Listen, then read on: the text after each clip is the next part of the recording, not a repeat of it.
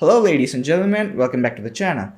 First of all, thanks for your honest feedback on my previous video. I appreciate a lot, and today in this video we're talking about laptops. But wait a second, I have done this already, aren't I?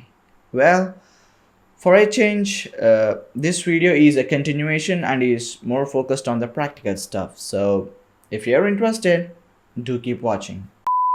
It doesn't always happen, but most of the times when people approach me for a laptop, it turns out that the first thing they will ask will reveal the first mistake they are making. No, it's not the price, and no, it's not the specs. So, what do you think it is?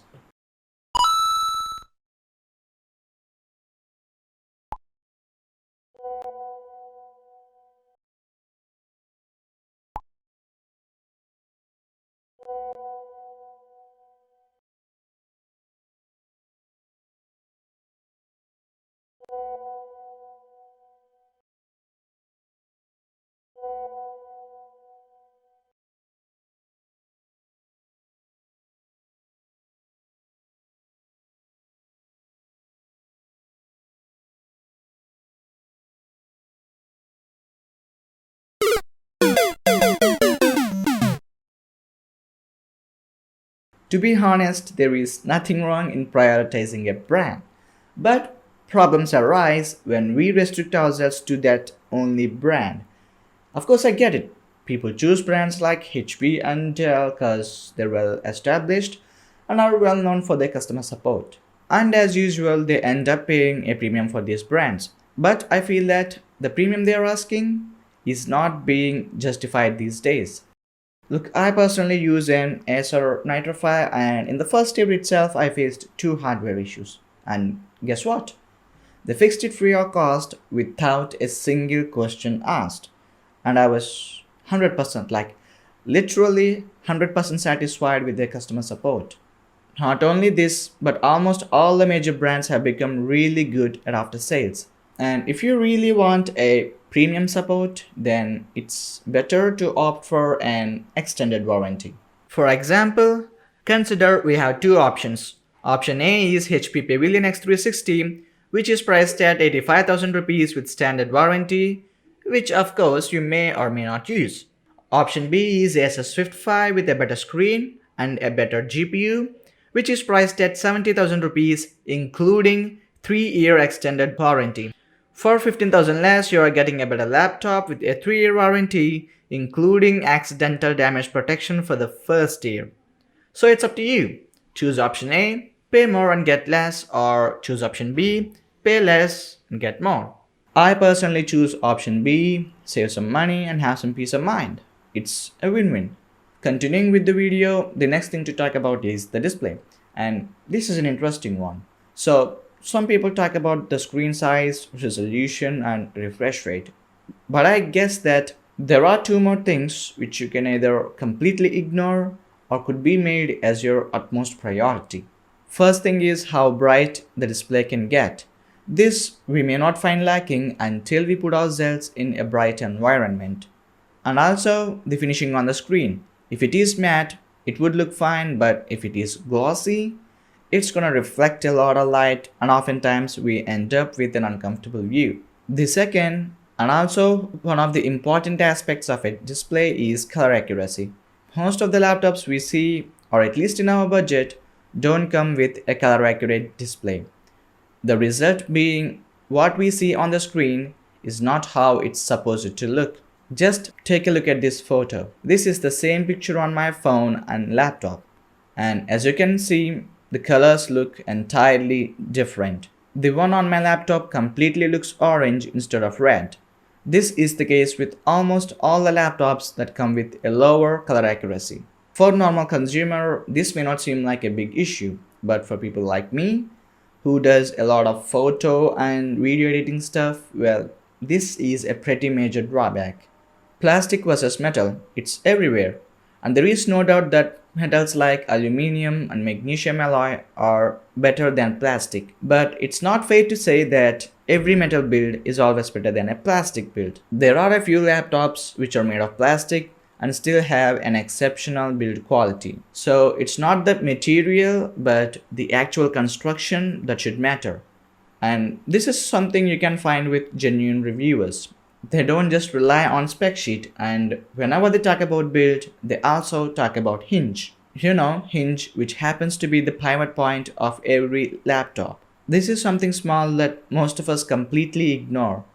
But I'm pretty sure that if it's not done properly, it's gonna ruin your experience.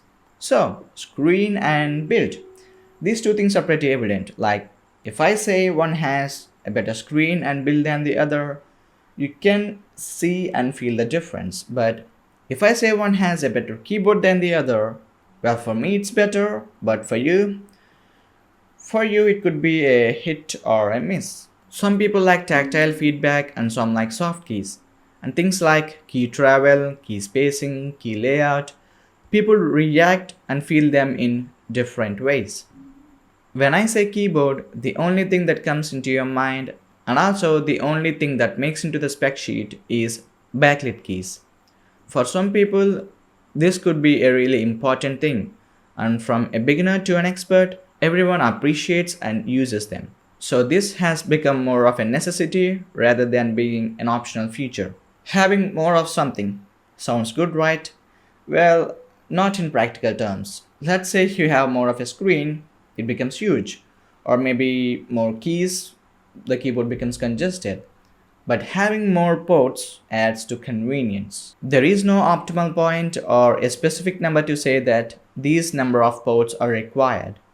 It's simply the more they are, the better it is. But if you want a specific port, let's say a HDMI port, and it's missing, then you have to rely on dongles and converters. So it's better to find something that meets your personal requirements. Speaking of requirements, it's ironic that a few things have become requirements in smartphones but are still considered as extra features in laptops. Consider face unlock, fingerprint scanner, or even Type-C charging. We can see them in almost every smartphone these days, excluding iPhones, but are still considered as extra features in laptops. And also, good cameras and sound. Well, this is hilarious. Like, the front facing camera on a 10,000 rupee smartphone is far ahead than a webcam on a 1 lakh rupee laptop. And the same is the case with the internal mics. People are demanding for a better webcam, and sarcastically, we are witnessing laptops without a webcam. However, speakers are a different story. Speakers in laptops, they do sound loud, but they lack clarity and depth, which is again an exception for premium laptops. So the final thing to talk about is pricing. But before that, a quick session on MacBooks. First of all, if you're buying a MacBook just because of that logo, then don't.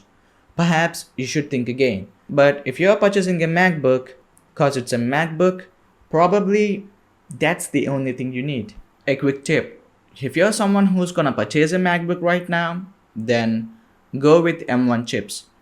Don't even think of purchasing an Intel Mac right now. So MacBooks, they may not do everything, but whatever they do it better. Great screen, solid build, striking performance, top-notch trackpad, amazing battery life, and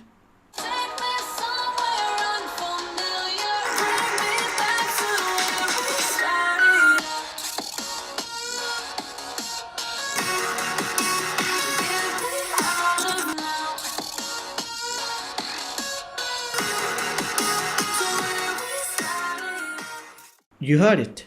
Fantastic speakers. And as you expect, they do have their own drawbacks. First thing, you guys already know that MacBooks are expensive.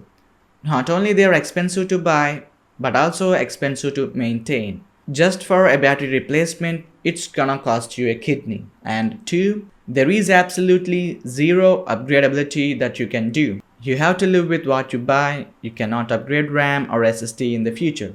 And 3. Type-C everywhere. Whatever the port you see in a MacBook right now, it's a Type-C port.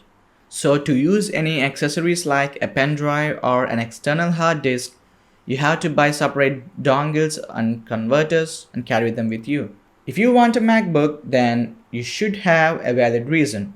And if you have one, then probably that's your only option. Finally, price.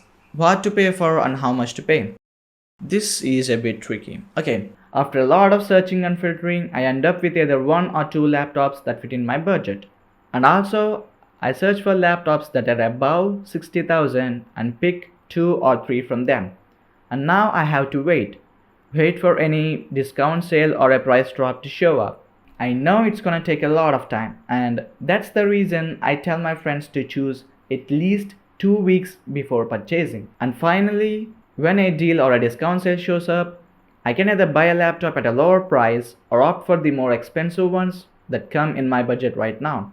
For some people, this may not sound like a good strategy, especially if you're in a hurry that you just want to go out there and purchase a laptop in an offline store. But if you want an absolute value for money, well, I personally saved around 15,000 and I'm pretty sure you can save some good money too. So that's it for today's video. I hope you found it useful. If you have any doubts, then do let me know in the comment section below. Until then, this is Ganesh and I hope to see you again.